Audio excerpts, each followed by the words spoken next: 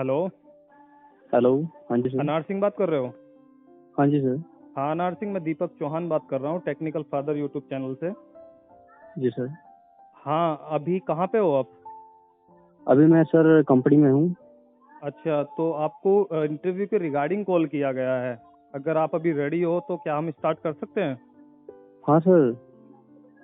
ठीक है, ओके। तो अनार जी सिंह, सर। अभी कहाँ पे जॉब कर रहे हो? सर मैं अहमदाबाद में मिंडा कंपनी में जॉब कर रहा हूँ सर। Okay okay. आपने पढ़ाई कहाँ तक की हुई है? सर 10+2 है सर मेरी। अच्छा, 12 तो आप पास आउट हो। तो हाँ जी आप सर। जो कंपनी में लगे हो, फिर कब से काम कर रहे हो कंपनी में आप? सर मैं काफ़ी 2-3 साल हो गए जब से मैं काम कर रहा हूँ कंपनी में। जी जी जी। तो आपने कोई टेक्निकल आईटीआई या फिर टेक्निकल डिप्लोमा, चाहे वो पॉलिटेक्निक है या सीपैट है, ऐसा कुछ किया है? नहीं सर। Okay okay. तो फिर 12th करने के बाद में आप कंपनी में जॉब करने लगे? जी जी। ओके, तो फिर बताओ कुछ अपने करियर के बारे में, थोड़ा बताओ कैसे आपने जॉब स्टार्ट की, क्या प्रॉब्लम आई, ऐसा कुछ। हाँ जी सर। सर मैं 2-3 साल से कंटिन्यू मैं जॉब कर रहा था सर मिंडा में। और सर अभी क्या है वहाँ पे इंक्रीमेंट नहीं हो पा रहा। तो अब मेरा मन जो है वहाँ से जॉब छोड़ दी मैं फिलहाल। अभी मैंने 1-2 दिन पहले ही। जी हाँ जी। सर अभी मैंने जैसे उसके बीच में मैंने फिर आपके यूट्यूब से देखकर मैंने वो जो इंजेक्शन मोल्डिंग का कोर्स किया जी जी कुछ समय पहले। जी हाँ जी। उससे मुझे बहुत ही स्किल मिली है। जी और मैंने इंटरव्यू दिया दूसरी कंपनी में। जी तो जी। वहाँ पे मैं इंटरव्यू सेलेक्ट कर लिया गया। Okay okay. और हाँ जी सर। अभी सैलरी कितनी तो मिल रही है वहाँ पे? वहाँ पे सर मेरी 23,000 है सर मेरी। Okay, very good.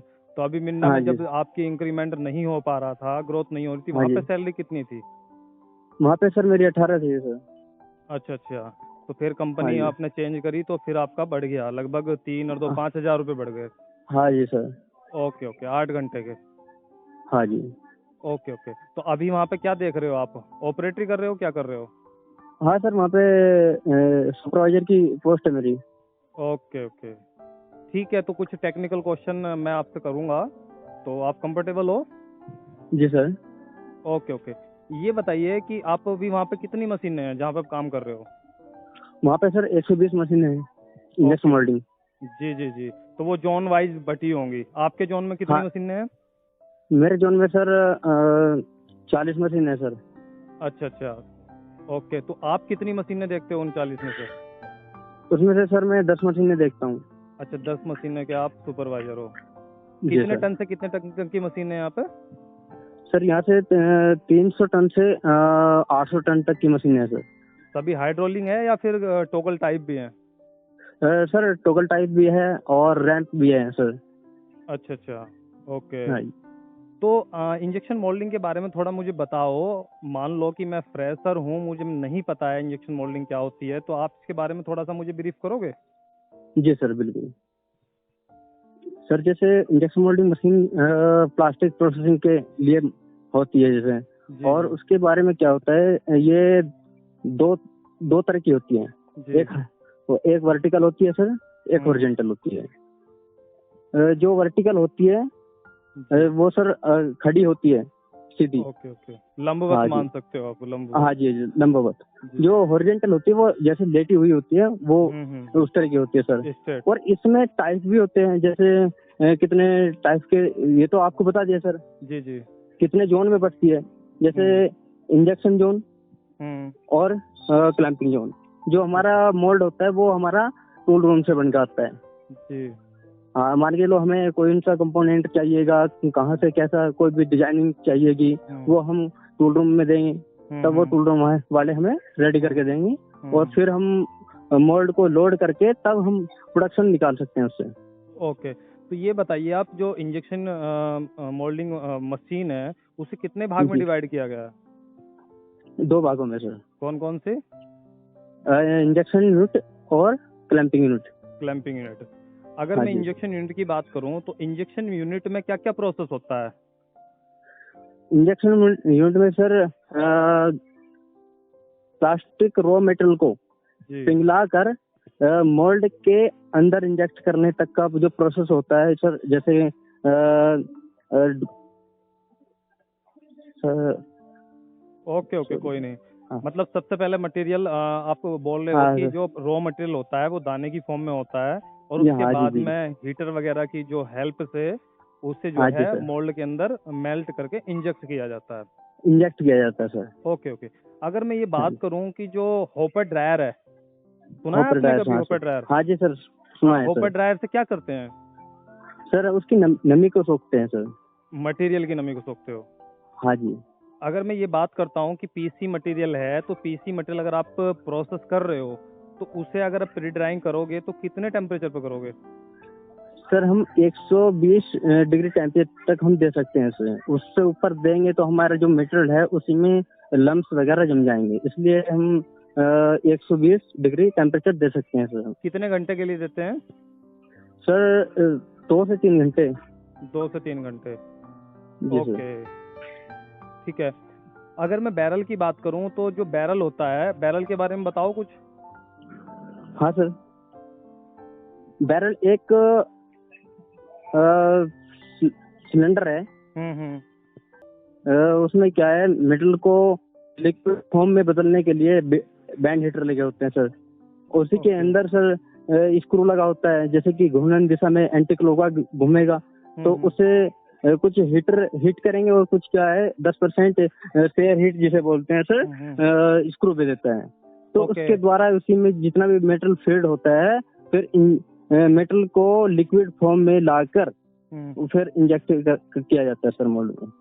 अनार सिंह, ये जो स्क्रू है आपने बोला कि एंटी क्लॉकवाइज रोटेट करता है, तो ये जी सर। क्लॉकवाइज रोटेट क्यों नहीं करता है, एंटी क्लॉकवाइज क्यों करता है? सर एंटी क्लॉकवाइज जैसे ही रोटेट करेगा, वो पीछे की ओर से जो मेटल जमा है हमारा फीड जोन में, वो आगे की ओर तभी जाना शुरू होगा जब वो एंटी क्लॉकवाइज घूमेगा। ओके, अन्यथा मतलब नहीं। उसके जो फ्लाइट का डिजाइन होता है वो इसी तरीके से होता है कि अगर वो एंटी हाँ जी, क्लॉकवाइज घूमेगा तो फ्लाइट से मटेरियल आगे की तरफ जाना ट्रांसफर शुरू होगा। हो जाएगा। जी ओके। जी।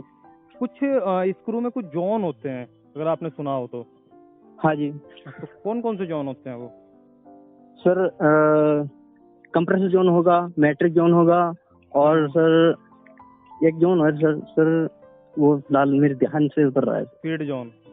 हाँ, फीड जोन से। ये जो फीड जोन है, ये अगर मैं आपके सामने इंजेक्शन मोल्डिंग मशीन रख दूं और आपसे पूछा जाए कि फीड जोन आप किससे किधर की साइड होता है, तो किधर आप बताओगे? सर होपर के बिल्कुल जस्ट नीचे होता है sir feed zone. Feed zone, okay. हाँ उससे जी। नेक्स्ट जोन कौन सा होता है, बिल्कुल लगा हुआ? फिर सर कंप्रेसर जोन होता है सर। Compression zone. और उसके हाँ जी, बाद में लास्ट में जो होता है वो मैट्रिक जोन मैट्रिक होता जोन। हाँ है। जी। ओके। आपने एनआरबी के बारे में सुना है? हाँ जी, एनआरबी के बारे में सुना है सर, नॉन रिटर्न वाल्व। इसका क्या काम होता है? सर जो मेटल को एक बार जब इंजेक्शन के दौरान इंजेक्शन किया जाता है, तो उस मेटल को वापस आने से रोकना सर, इसका विरोध करना होता है। जब मेटल आगे जाता है ना, इंजेक्ट किया जाता है मोल्ड में, तो उससे पीछे से रोकने का जो कार्य करता है वो एनआरबी करती है, नॉन रिटर्न वाल्व। तो ये जो ये वन वे होता है या फिर टू वे होता है ये? Sir one way. अच्छा, वन वे होता है, मतलब चार्जिंग के दौरान मटेरियल आगे आ सकता है और इंजेक्शन के दौरान बैकवर्ड पीछे नहीं हाँ, बैकवर्ड नहीं जा सकता है। Okay okay. आपने सुना होगा नोजल। हाँ जी। नोजल का अगर मैं बात करूं तो नोजल का कार्य क्या है मोल्डिंग के अंदर? नोजल का सर प्रेशर को क्रिएट करना, स्पीड को क्रिएट करना, और सर जो मोल्ड के जो स्क्रू बुश होता है वो उसका अलाइनमेंट करना सर। अगर मैं ये बात करूं कि जो स्क्रू बुश होता है और नोजल का डाया, अगर मैं दोनों की बात करूं तो कौन सा बड़ा होना चाहिए, ज्यादा कौन सा होना चाहिए? ये थोड़ा सा है डीपली क्वेश्चन है, अगर आप बता पाओ तो। हाँ सर, इसका स्क्रू का जो डाया होना चाहिए वो थोड़ा बड़ा होना चाहिए सर। ओके ओके, तभी मटेरियल इंजेक्ट होगा। हाँ सर। गुड। अगर मैं ये बात करता हूँ कि लोकेटिंग रिंग है, सुना है? हाँ जी सर। हाँ, रजिस्टर रिंग भी बोलते हैं। जी जी जी। इसे किस लिए यूज किया जाता है? कुछ मोल्ड में होती है, कुछ मोल्ड में नहीं होती है। हाँ जी।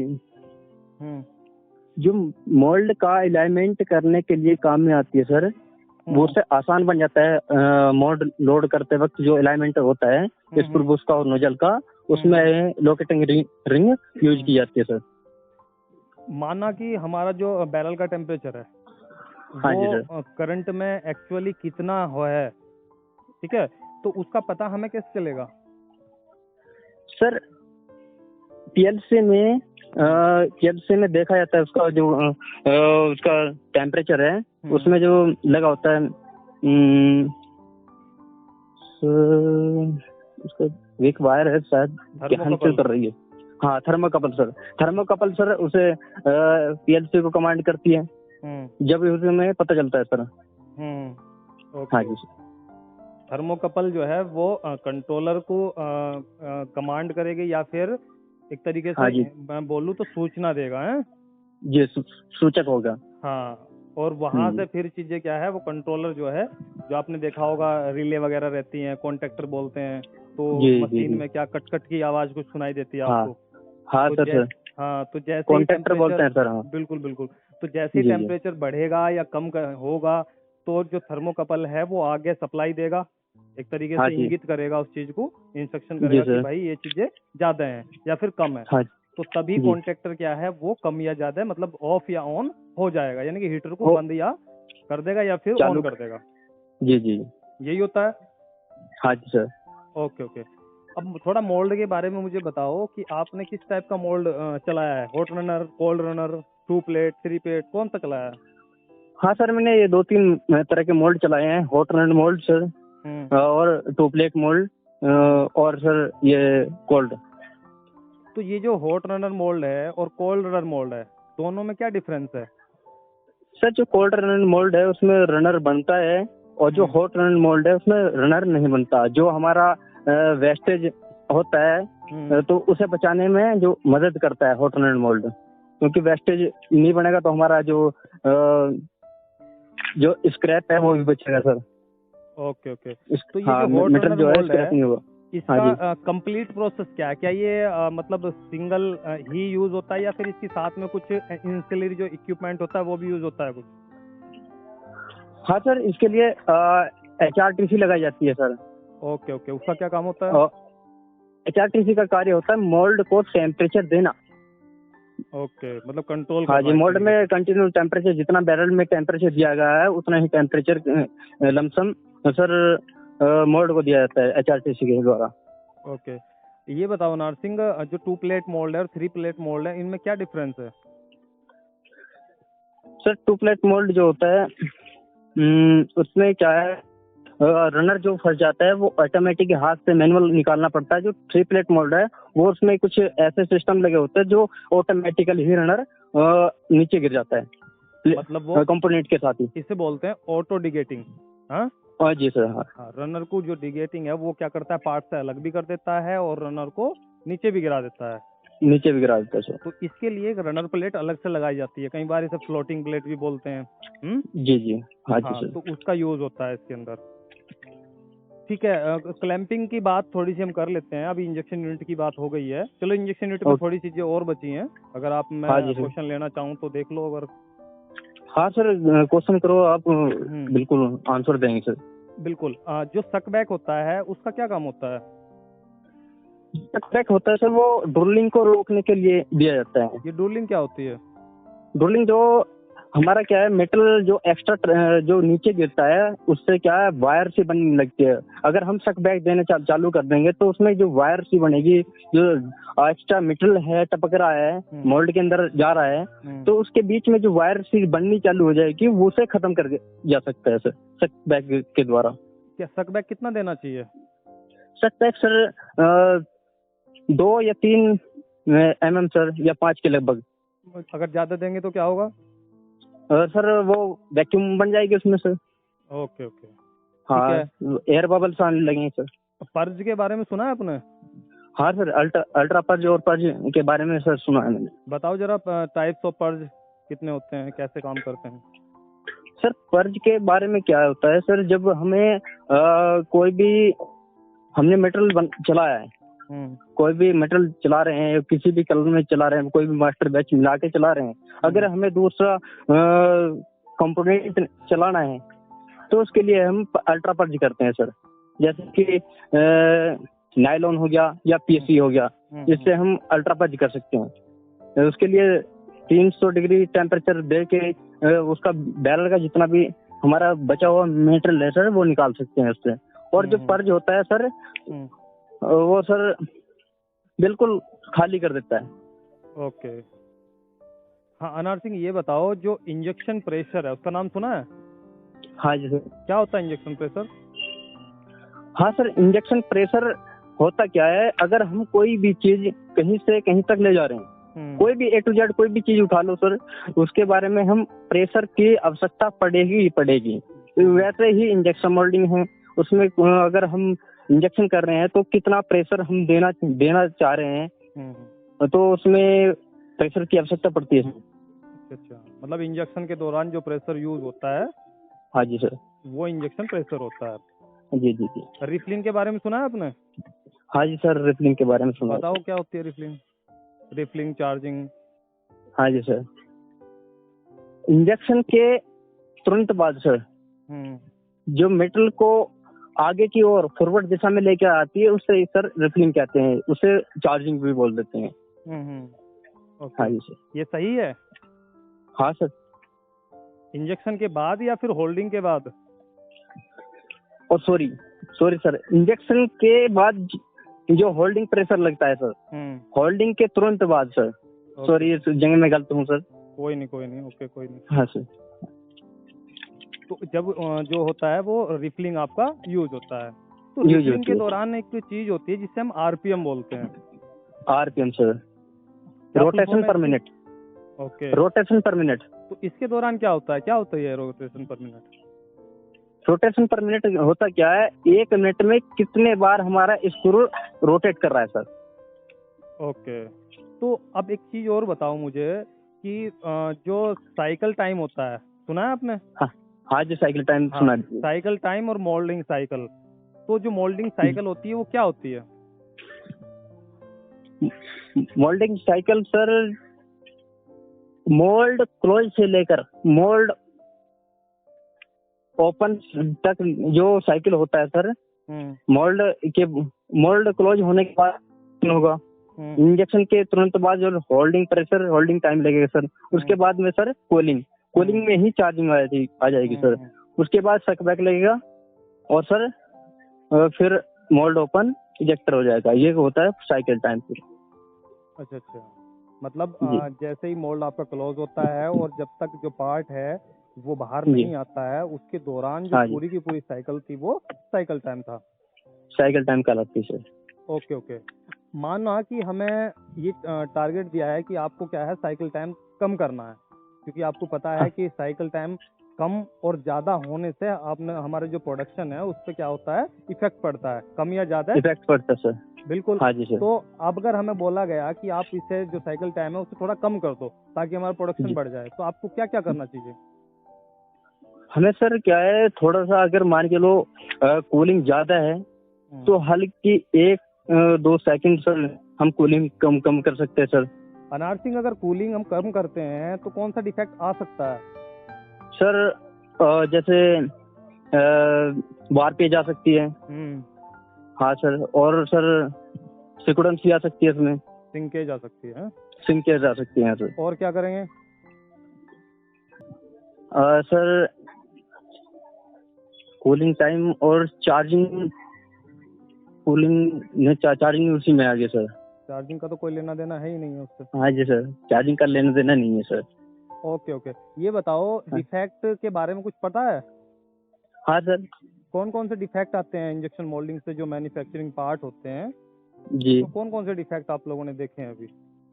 बबल्स हो गए सर, ब्लैक स्पॉट हो गए, और बर्निंग हो गई, बर्न मार्क हो गए, और सर ब्लैक होल हो गए। हाँ सर। अनार सिंह, ये जो ब्लैक स्पॉट है वो क्यों आता है? ब्लैक स्पॉट सर आता है अगर पर्ज सही से ना हुआ हो तो ब्लैक स्पॉट आएगा सर, क्योंकि उसमें पहला जो मेटल होता है वो उसकी वजह से आ सकता है। वो अगर हमारे जो हमने होपर में डाला है ना मेटल, उसमें सर कुछ डस्ट वगैरह चली गई हो तब आ सकता है सर। ओके। और सर अगर हीटिंग ज्यादा होगी तब आ सकता है सर, जल सकता है ना मीटर, उसकी वजह से। पीसी जो पॉलीकार्बोनेट है उसकी हीटिंग कितनी रखते हैं? बैरल टेम्परेचर कितना होता है? बैरल टेम्परेचर सर 280 होता है सर उसका। ओके। अभी हाँ, अगर पीसी मैं एबीएस 280 की पे। बात करूं तो एबीएस में कितना रखते हैं? एबीएस में सर रखते हैं 180 से सर 220 के बीच में। 180 से 220। इसे थोड़ा हाँ करेक्ट सर। करना, देखना कितना ही जी होता है, या फिर आप पीपी का बता रहे हो? नहीं सर, एबीएस का बता रहे हैं, 180 से 220 के बीच में। ठीक ठीक। आपने एक प्लेट का नाम सुना होगा जो फिक्स प्लेट होती है मशीन में। Fix plate? स्टेशनरी प्लेट भी बोलते हैं उसे। हाँ जी, फिक्स प्लेट। हाँ, और एक होती है moving plate. Moving plate sir, हाँ। तो इनके बारे में जानते हो कुछ? हाँ जी सर। बताओ। सर मूविंग प्लेट और जो फिक्स प्लेट होती है उसके बीच में जो लगे होते हैं टाई बार भी लगे होते हैं सर, जिसपे पूरी टाई बार क्या है, मूविंग प्लेट उसी पर मूव करती है, जो टाई बार होते हैं सर। और इसके जो बीच की जो दूरी होती है और उसके डे लाइट वगैरह बोलते हैं सर, डे लाइट बोलते हैं। ओके। हाँ, उसी के अनुसार ही जितनी हमारी डे लाइट होगी उतना ही बड़ा हमारा मोड लग सकता है। हाँ सर। अनार सिंह, अगर मैं ये बोलता हूँ कि आपका मशीन आप चला रहे हो तो जी सर। उसमें सेफ्टी की अगर बात करते हैं, आपने देखा होगा कि गेट बंद करते हैं तभी मशीन चलती है, नहीं तो नहीं चलती है। हाँ जी सर। तो उसकी सेफ्टी के लिए मशीन में क्या चीज लगी होती है ऐसी? लिमिट स्विच लगे होते हैं सर, काफी जगह लिमिट स्विच लगे होते हैं सर।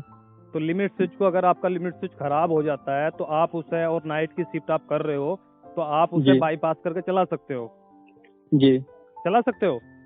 नहीं सर, बिल्कुल उसके लिए स्टॉप कर देना चाहिए, क्योंकि हमें खतरा है सर, सेफ्टी सबसे जरूरी होती है। ओके, मतलब अगर आपको लगता चला है भी कि सकते हैं पर नहीं चलाना चाहिए सर। नहीं चलाना चाहिए, वेरी गुड। नहीं चलाना चाहिए ये। फर्स्ट होती है, सेफ्टी हाँ से जी, कोई भी कॉम्प्रोमाइज नहीं होना चाहिए। नहीं करना चाहिए। आपने कभी मोल्ड लगाया है? हाँ सर, मोल्ड कई बार लगाए हैं सर। बताओ जरा, मोल्ड कैसे कैसे लगाया, चेंज कैसे किया जाता है? हाँ सर, मोल्ड में सबसे पहले होती है सावधानियां, बहुत जरूरी होती है सर। सबसे पहले होता है हमारे कपड़े कैसे होने चाहिए। सबसे पहले हमें कपड़े कोई भी ढीला का वस्त्र नहीं होना चाहिए सर। और हमारे हाथ में कोई भी कड़ा या धागा वगैरह या कोई भी चीज मजबूत ऐसी बंधी नहीं होनी चाहिए। और सर उसके बाद में हम मोल्ड जैसे लोडिंग करते हैं तो एक क्रेन होती है सर, मैनुअल भी होती है, वैसे रिमोट वाली आने लगी है सर, काफी कंपनी में लगी है सर। हाँ सर, तो उसके जैसे हम मोल्ड उठाएंगे तो बहुत सावधानी से चलना होता है। तो हमेशा मोल्ड को सीधी तरफ लेके चलना होता है। अगर हम बैक चलेंगे तो हमें खतरा आ सकता है, क्योंकि अगर कोई चीज पीछे पड़ी हो तो उस पर रपट भी सकते हैं, गिर भी सकते हैं, टकरा भी सकते हैं। और जैसे मोल्ड चलता आता है तो हम उसमें भिज भी सकते हैं सर। हाँ सर, और हमेशा कभी भी मोल्ड को करीबन जमीन से 2 या 3 की फुट की ऊंचाई से लेकर चलना होता है मशीन तक। फिर बिल्कुल सही दिशा में लेके उसके सही सामने लेके जब भी उठाएंगे हम ऊपर मोल्ड सर, फिर वो हम मोल्ड बिल्कुल उसके अंदर लेके सर लगाएंगे। लगाने के बाद में सर उसका जो ऑटो क्लैंपिंग में डाल देंगे सर, ऑटोमेटिक क्लैंपिंग ले लेंगे सर वो। हाँ सर, ऑटो क्लैंपिंग में डालने के बाद में उसे उसका सेंटर मैच करेंगे। सेंटर मैच हम अगर लोकेटिंग रिंग है हमारे पास तो उससे मैच कर सकते हैं, अन्यथा फिर हम ग्रीस लगा के या फिर हम पेपर के द्वारा लगा सकते हैं। जैसे सेंटर मैच होगा तो उसके जो हमारा कागज होगा उसमें क्या है, बिल्कुल वो वहीं से कट जाएगा। हाँ सर, मान लो कि अनार सिंह कागज आपका जो है वो नीचे से कट गया। हाँ जी सर। तो अब आपका मोल किस पोजीशन में है, आपको कहाँ क्या करना है उससे? अगर हमारा कागज जो है नीचे की ओर से कटा है तो हम क्या है, नोजल जो है हमारा जो मोल्ड है तो ऊपर की दिशा में थोड़ा और नीचे की ओर लेके आना है सर, क्योंकि वो नीचे की ओर से कटा है तो थोड़ा सा और नीचे की नीचे लेके आना पड़ेगा सर। मतलब एक यूनिवर्सल फॉर्मूला ये हम याद रख सकते हैं सभी के लिए, जो भी इस हाँ जी। इंटरव्यू को सुन रहे हैं, ये हम याद रख सकते हैं कि जिधर की तरफ से कागज कटा है आपको मोल्ड को थोड़ा सा उधर की जो डायरेक्शन है उधर की डायरेक्शन में लेके जाना है हल्का सा। लेके जाना है। ओके, तो क्लैंपिंग फोर्स का नाम सुना है आपने? हाँ जी, क्लैंपिंग फोर्स के बारे में होता सुना है है सर। ये क्लैंपिंग फोर्स होता क्या है? क्लैंपिंग फोर्स मोल्ड को बंद रखने के लिए होता है सर, करने के लिए नहीं सर, मोल्ड को बंद रखने के लिए।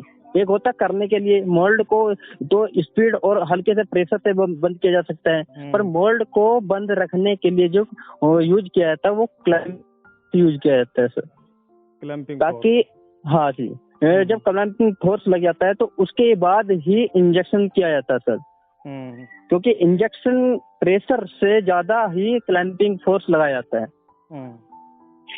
ताकि मोल्ड खुल ना जाए। Okay okay. अनार सिंह ये बताओ, जो क्लैंपिंग होती है, हाँ वो जी क्लैंपिंग हम मशीन में कितने टाइप की क्लैंपिंग देखते हैं? सर, आवाज कट रही है, दोबारा रिपीट करोगे? जो क्लैंपिंग होती है वो मशीन में कितने टाइप की क्लैंपिंग यूज करते हैं हम, जैसे टॉगल टाइप हो गया उस तरीके से? जी हाँ सर, एक तो टॉगल सिस्टम हो गया सर, और एक रैंप द्वारा होता है सर, और हाइड्रोलिक सिलेंडर के द्वारा वही टॉगल, 2-3 तरह की यूज होती है सर। Okay okay. मैंने दो तरह की। जी, सिल्वर डिफेक्ट होता है। हाँ जी सर, सिल्वर डिफेक्ट होता है सर। बताओ इसके बारे में, बताओ ये क्यों आता है? ये सर, अगर हमारे मेटल में नमी रह गई, नमी होगी तो तभी सिल्वर आएगा। और दूसरा कारण होता है स्पीड, अगर हमारी स्पीड ज्यादा होगी तब इसमें सिल्वर आएगा सर। ओके। और टेम्परेचर अधिक होगा तब सिल्वर आएगा।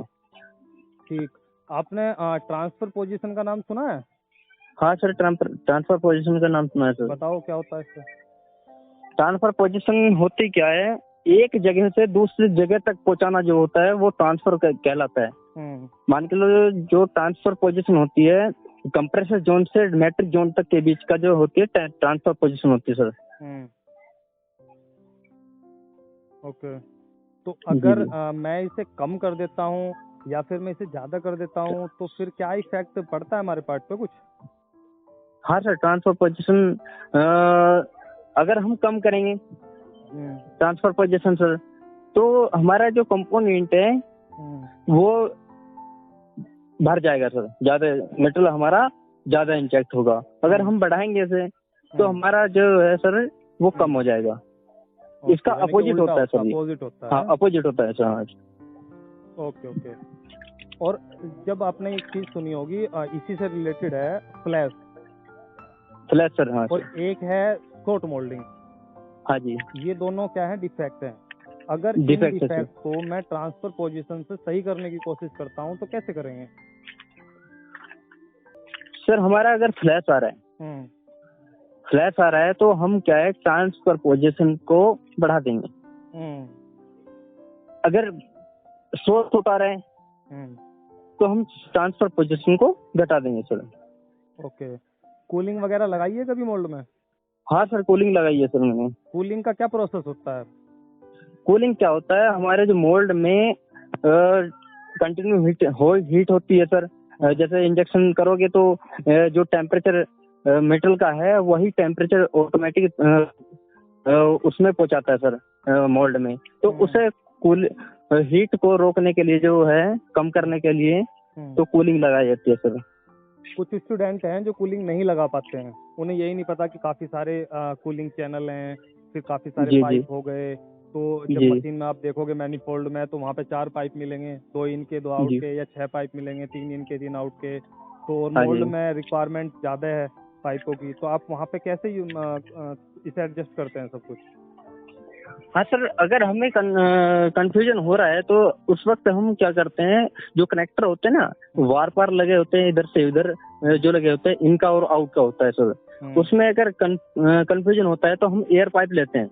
एयर पाइप अगर हम लगा के देखते हैं तो एक साइड से लगा के देखेंगे तो दूसरी साइड ऑटोमेटिकली के आनी है एयर, तो उधर देखेंगे तो वो क्या है, आउट का हो गया। एक साइड हमने लगा के देखा तो वो इन का हो गया, दूसरी साइड देखेंगे तो वो क्या है, आउट का हो गया। तो उसी से हम अंदाजा लगा लेते हैं, तो एक साइड क्या है, इन है और एक साइड आउट है। हाँ जी।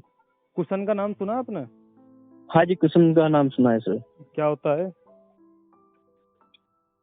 इंजेक्शन के बाद में जो नोजल की टिप में बचा हुआ मेटल जमा होता है उसे कुशन कहते हैं सर।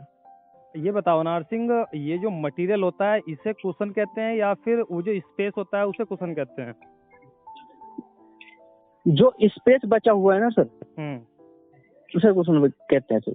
मतलब ये mm में होता है, ग्राम में नहीं होता है। इसलिए जो भी बच्चे गलती करते हैं कि वो बोलते हैं कि मटेरियल को कुशन बोला जाता है, तो मटेरियल को नहीं बोला जाता है, जो स्पेस होता है। इसीलिए कभी भी देखना आप, कुशन जो बचता है वो mm में बचता है, ग्राम में कभी नहीं बचता है जब आप टेस्ट वगैरह देखते हो। तो ये जो है, और कुशन से तुम्हें ये पता लगता है कि जो आपका मटेरियल है वो कम्प्लीटली फिल हो रहा है अगर कुशन बच रहा है। अगर नहीं बच रहा है तो आपको मटेरियल की रिक्वायरमेंट है, आपका जो है सिंकेज या शॉर्ट मोल्डिंग वगैरह की प्रॉब्लम आ सकती है इन फ्यूचर। आती रहेगी सर। जी जी, ये हो गया आपका। अब एक बात बताओ, आप पीएलसी का नाम सुना है आपने? हाँ जी, पीएलसी का नाम सुना है सर। पीएलसी इसकी फुल फॉर्म क्या होती है पीएलसी की? पीएलसी की फुल फॉर्म होती है प्रोग्रामेबल लॉजिक कंट्रोलर। आप अनार सिंह ये बताओ, अगर पीएलसी में मोल्ड से रिलेटेड मुझे कुछ भी चेंज करना है, इवन प्रेशर है या फिर आपका स्पीड है, पोजीशन है, तो वो हम किस पेज में जाके करेंगे? हाँ सर, अगर हमें किसी भी क्लैंपिंग का हो या सर इंजेक्शन का हो या फिर किसी भी चीज का कोई भी फंक्शन खोलना है तो उसके फंक्शन होते हैं सर। जैसे इंजेक्शन का है तो सर इंजेक्शन का ही पेज खोलना पड़ेगा उसमें सर। उसमें जैसे प्रेशर है, स्पीड है, पोजीशन है या फिर एक्सप्रो पोजीशन है, जिसे कुशन बोला जाता है, उसे हम चेंज कर सकते हैं सर। Okay okay. हाँ सर, जैसे कूलिंग है तो कूलिंग में मिलेगा सर चार्जिंग, उसी में चार्जिंग मिलेगी सर। ठीक है। हाँ जी। कैविटी प्रेशर का नाम सुना है आपने? कैसे? Cavity pressure. हाँ सर। क्या होता है कैविटी प्रेशर? कैविटी प्रेशर क्या होता है? सॉरी सर, इसका तो कोई नहीं वो हो जाती है, माइंड से स्लिप हो जाती है। चेक शीट वगैरह भरी है? DPR, check sheet, process sheet? हाँ सर, डीपीआर भरा है सर मैंने। डीपीआर में क्या भरा जाता है? डीपीआर में सर प्रोडक्शन भरा जाता है उसका, और कितना हमने रिजेक्शन किया है वो भरा जाता है, कितने टाइम में कितना प्रोडक्शन क्या भरा जाता है उसका सब कुछ, टाइम वगैरह और प्रोडक्शन कितना, रिजेक्शन सब कुछ भरा जाता है सर। वो फिर हम चेक शीट में नहीं सर। Process sheet? हाँ सर, प्रोसेस शीट भरी है आपने। 5S का नाम सुना है? 5S? हाँ सर। 5S से क्या क्या होता है? थोड़ा एक दो 5S के बारे में बताओगे? जो 1S होता है, 2S होता है, 3S होता है। हाँ जी जी जी जी सर, सीरी, शिशु, सिटोन, शिशुके, और ये सर जापानीज वर्ड से लिए गए हैं सर, जापान से लिए गए हैं। ये क्या है, हमारे हिंदी में जैसे बोलते हैं छटाई करना, व्यवस्था या सुसूचित करना या स्थानांतरीकरण, किसी चीज का स्थानांतरीकरण, स्टोरेज बोलते हैं जैसे। इनसे क्या बेनिफिट है? इससे हमें काफी बेनिफिट है सर। मान के लो कोई भी काम हम कर रहे हैं तो उससे हम सही तरीके से कर सकें, और हमें साफ सफाई भी करने का सारा कुछ इसमें दिया है सर। साफ सफाई वगैरह और हमारी सेफ्टी वगैरह सब कुछ इसमें दिया है सर। कोई भी हमें दुर्घटना नहीं हो सकती है, हम वो कर देंगे तो सर। ओके। एक बात बताओ नरसिंह, मान लो कि आप कोई भी जो कंपोनेंट है वो मैन्युफैक्चरिंग कर रहे हो, चाहे वो बाल्टी है, मग्गा है, तो उसमें आप दो चीजें मिलती हैं, एक एक्सटर्नल पार्ट होता है, सरफेस होता है, एक इंटरनल सरफेस होता है। तो इंटरनल सरफेस जो होता है या फिर एक्सटर्नल सरफेस होता है, वो दो चीज है, कोर और कैविटी। तो कौन सा किसके द्वारा बनता है? जो इंटरनल सरफेस होगा वो बाहरी हिस्सा दर्शाएगा सर, जो आउटपुट यानी बाहरी होगा वो इंटरनल सर बाहरी हिस्सा दर्शाएगा, जो आउटपुट होगा सर वो होगा अंदर का हिस्सा दर्शाएगा। जो हमारा इंटरनल सरफेस है, मतलब आंतरिक सतह हाँ जी, जो है आंतरिक वो सर हमारी कोर से बनती कैविटी है या जिसे बोलते कैविटी हैं से सर, बनती है? और जो वो बाहरी कैविटी सतह, से बनता दोबारा सुन लो एक बार, है। जी सर। एक मग्गा हो गया या कोई भी हाँ जी सर। कंपोनेंट हो गया, उसकी एक आंतरिक सतह होती है और एक बाहरी सतह होती है। तो जो बाहरी जी सतह होती है वो कोर से बनती है या कैविटी से बनती है, और जो आंतरिक सतह होती है वो कोर से बनती है या कैविटी से बनती है? ये आपका क्वेश्चन है। जो कोर से बनेगा सर, आंतरिक हिस्सा बनेगा सर। ओके जो ओके बाहरी हिस्सा है वो कैविटी से बनता है सर। ओके। वेंटिंग का नाम सुना है? वेंटिंग? हाँ जी सर, डेंटिंग सुना है। वेंट। वेंट, हाँ सर, वेंट। हाँ, ये क्या होता मोल्ड है? में वेंट जो होते हैं, छिद्र होते हैं छोटे छोटे। इनका क्या काम होता है? सर इनका कार्य होता है, जैसे ही मोल्ड में इंजेक्शन किया जाता है, इंजेक्शन के दौरान जो हल्की जो एयर होती है वो सर, वो डेंट के द्वारा निकल जाती है, क्योंकि उसके अंदर अगर हम मोल्ड क्लोज कर रहे हैं तो ऑटोमेटिक उसके अंदर थोड़ी बहुत एयर रही होगी। कोई भी चीज है, मान के लो आप कोई भी चीज बंद करके देखो, उसके अंदर जो स्पेस होगा उसमें एयर मिलेगी ही मिलेगी। तो उसे बाहर निकालने के लिए वेंटिंग यूज की जाती है सर, मोल्ड के अंदर। मोल्ड के अंदर। अनार सिंह, अगर वेंटिंग आपकी प्रॉपर काम नहीं कर रही है तो आपके प्रोडक्ट में कौन सा डिफेक्ट क्रिएट होगा? सर फ्लैश आएगी। फ्लैश आएगी? हाँ जी। Very good. सच में फ्लैश आती है तुम्हारे यहाँ? Oh sorry.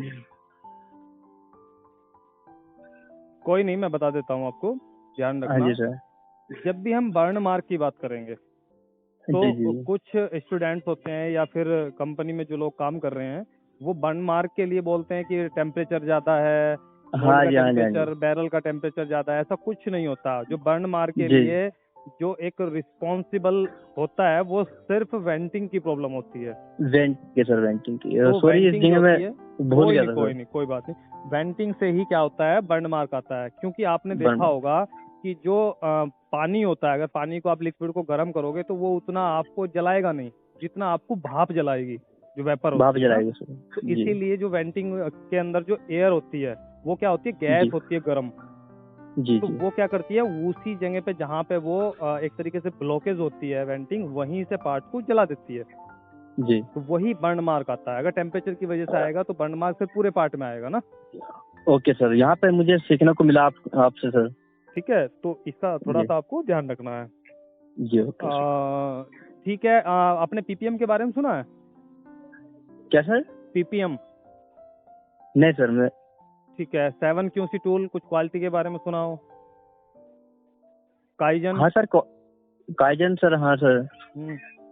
काइजन के बारे में अगर हम कोई भी अलग से नया कुछ कर रहे हैं सर, अगर जिससे हमारी कंपनी को, हमारे यानी प्रोडक्शन को यानी कोई हमें फायदा हो रहा है सर, उसमें उसे काइजन बोलते हैं सर।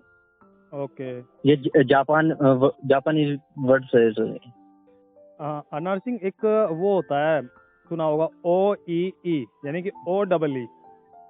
ये प्रोसेसिंग में काफी यूज होता है। इसके बारे में कुछ पता है? अगर मैं फुल फॉर्म बताऊं आपको तो ओवरऑल इक्विपमेंट इफेक्टिवनेस भी बोल देते हैं और एफिशिएंसी भी बोल देते हैं।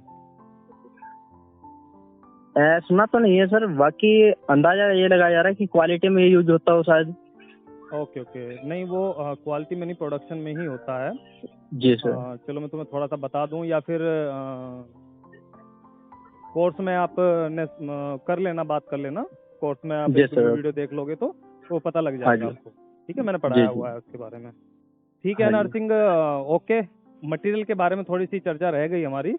मटेरियल के बारे में बताओ, जो प्लास्टिक मटेरियल होता है उसके बारे में क्या जानते हो आप? हाँ सर, प्लास्टिक मटेरियल होता क्या है, ये एक रासायनिक। कितने टाइप्स के मटेरियल होते हैं सर? 2 टाइप के मटेरियल होते हैं, थर्मोप्लास्टिक एंड थर्मोसेट प्लास्टिक। इनमें डिफरेंस अगर करें तो क्या अंतर है दोनों में? सर थर्मोसेट प्लास्टिक जो होता है, एक बार इसे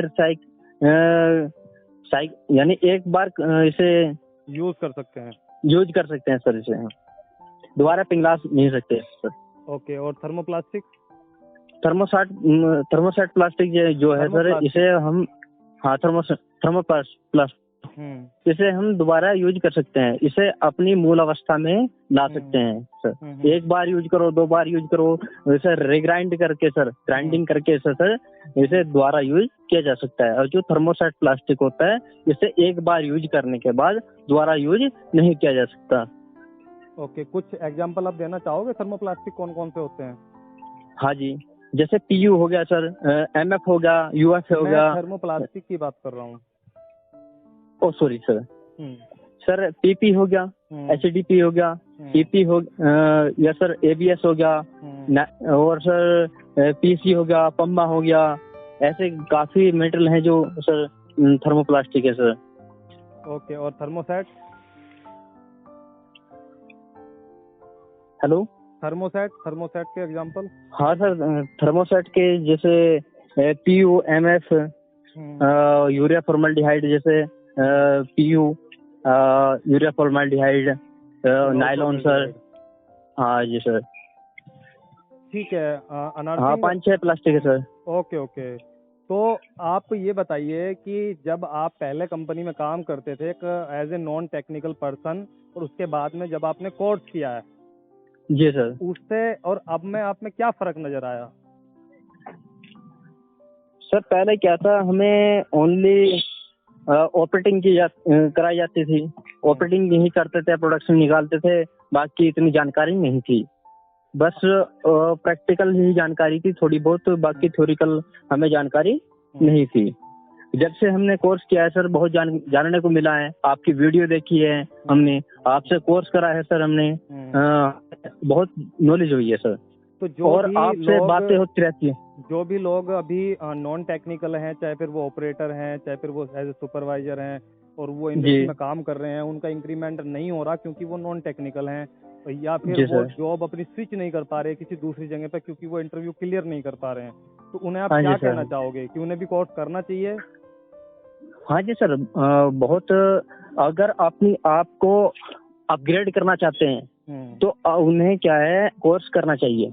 कोर्स करने से काफी बेनिफिट है, आपको थ्योरिकल जानकारी मिलेगी, साथ साथ आपको प्रैक्टिकल भी मिल जाएगा, और सर से बातें भी होती रहती है। आपका इंटरव्यू वगैरह अच्छी कंपनी में होगा तो आपकी इंक्रीमेंट भी होगा, आपका डेजिग्नेशन भी बढ़ेगी, पैसे हैं तो सब कुछ है सर आज के जमाने में।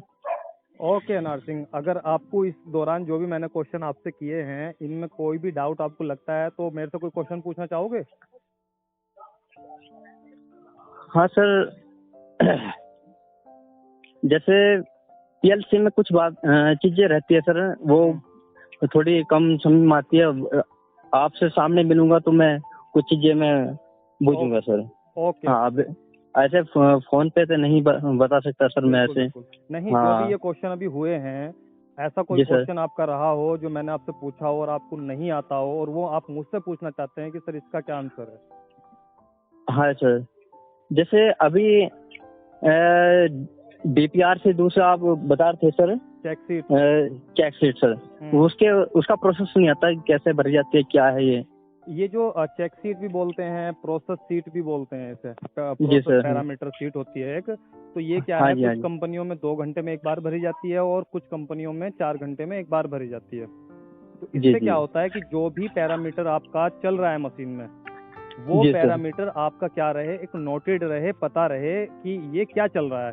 कल के दिन को अगर उसमें कुछ चेंज होता है तो चेंज क्यों किया गया, उसमें कमेंट भी डालना होता है। मान लो कि आपके प्रोसेस के अंदर कोई प्रॉब्लम आ रही थी और आपने कूलिंग टाइम बढ़ा दिया या आपने कोई भी और चेंज कर दिया जो टॉलरेंस से ऊपर चला गया, तो आप कमेंट में नीचे लिखोगे उसमें कि हमने ये चेंज इसलिए किया है और ये चेंज किया है, ताकि वो जो प्रोसेस पैरामीटर है वो एक रिकॉर्ड होता है कि आपने जो स्टैंडर्ड चलाया है वो आपका रिकॉर्ड में भी है कि आपने कितना चलाया है और कैसा पार्ट उससे निकला है, सेटिंग आपने चेंज की है नहीं चेंज की है। जी जी जी जी, आपके बताने मात्र से बिल्कुल मैं सारा डीपली समझ गया सर मैं, क्योंकि मुझे थोड़ी इसके बारे में जानकारी थी पर मैं जान नहीं पा रहा था, क्योंकि आपने क्वेश्चन किया इसके बारे में, मैं जान नहीं पा रहा था। आपने जो अभी बताया है मैं बिल्कुल समझ गया सर, क्योंकि जो चीज हम चला रहे हैं या आने वाले समय में उस चीज को हम चलाएं तो उस चेक शीट में हम देख सकते हैं सर। बिल्कुल बिल्कुल, हाँ सर, क्योंकि उससे क्या है, हमारा हमें बेनिफिट होगा और हमारा समय बचेगा सर, क्योंकि उसी कंपोनेंट को हम दोबारा चलाने के लिए उसी चेक शीट में देख के हम दोबारा भर सकते हैं सर। बिल्कुल बिल्कुल। ठीक है अनार सिंह, तो ये आपका इंटरव्यू था और काफ़ी, अगर मैं आपको थोड़ा सा मार्क्स दूं इसके लिए कि आपका परफॉर्मेंस कैसा है, तो आपका जो परफॉर्मेंस है वो बहुत अच्छा रहा है और 10 ऑफ 8 से 9 जो मार्क्स हैं वो आपको दिए भी जाते हैं। ठीक है, थैंक यू सर, बहुत बहुत धन्यवाद आपका सर, बहुत बहुत धन्यवाद। बिल्कुल, बहुत अच्छा आपने हाँ, बताया है। और हाँ एक दो सर। क्वेश्चन, 2-4 क्वेश्चन रहते हैं, उनकी कोई भी इतनी टेंशन नहीं होती है, और जब एक बार जी सर। क्वेश्चन कर लिए जाते हैं तो वो हमेशा याद भी रहते हैं, जो नहीं हाँ सर। बताए जाते वो हमेशा याद भी रहते हैं। तो आपने एक अच्छी परफॉर्मेंस दी है। तो जो भी बच्चे हैं जो इंटरव्यू में नहीं बता पाते हैं, इंटरव्यू क्लियर नहीं कर पाते हैं, तो उन्हें कोर्स करना चाहिए। और अगर आप ऑनलाइन घर बैठे ही कोर्स करते हो तो आपको घर से ही क्लास मिलेगी, आप घर से ही बैठ के क्लास ले सकते हो और अच्छी एक परफॉर्मेंस आप इंटरव्यू में दे सकते हो, अपनी स्किल को अपग्रेड कर सकते हो। ऐसी बहुत सारे क्वेश्चन हैं, फोन पे इतने क्वेश्चन नहीं होते हैं या इंटरव्यू में बिल्कुल इतने सर, क्वेश्चन नहीं बिल्कुल। होते हैं, तो आपको और बेसिक से लेकर मैं भी सर कहना चाहूंगा, जितने भी इस इंटरव्यू को सुन रहे हैं, तो वो क्या है, सर से ऑनलाइन क्लासेस लें और अच्छे से अपनी शिक्षा को अपग्रेड करें, क्योंकि मैं जितना जान पाया हूँ, इन सर से जान पाया हूँ, बहुत अच्छे शिक्षा देते हैं, बहुत अच्छे से नॉलेज देते हैं, अच्छे से समझाते हैं, एक्सप्लेन करते हैं बाकायदा सब कुछ। एक बार बुझो, 2 बार बुझो, कितनी बार बुझो, जब तक समझ में ना आए तब तक ये सर बताते हैं बिल्कुल अच्छे तरह से। Okay Anar Singh, thank you. जी सर, थैंक यू सर।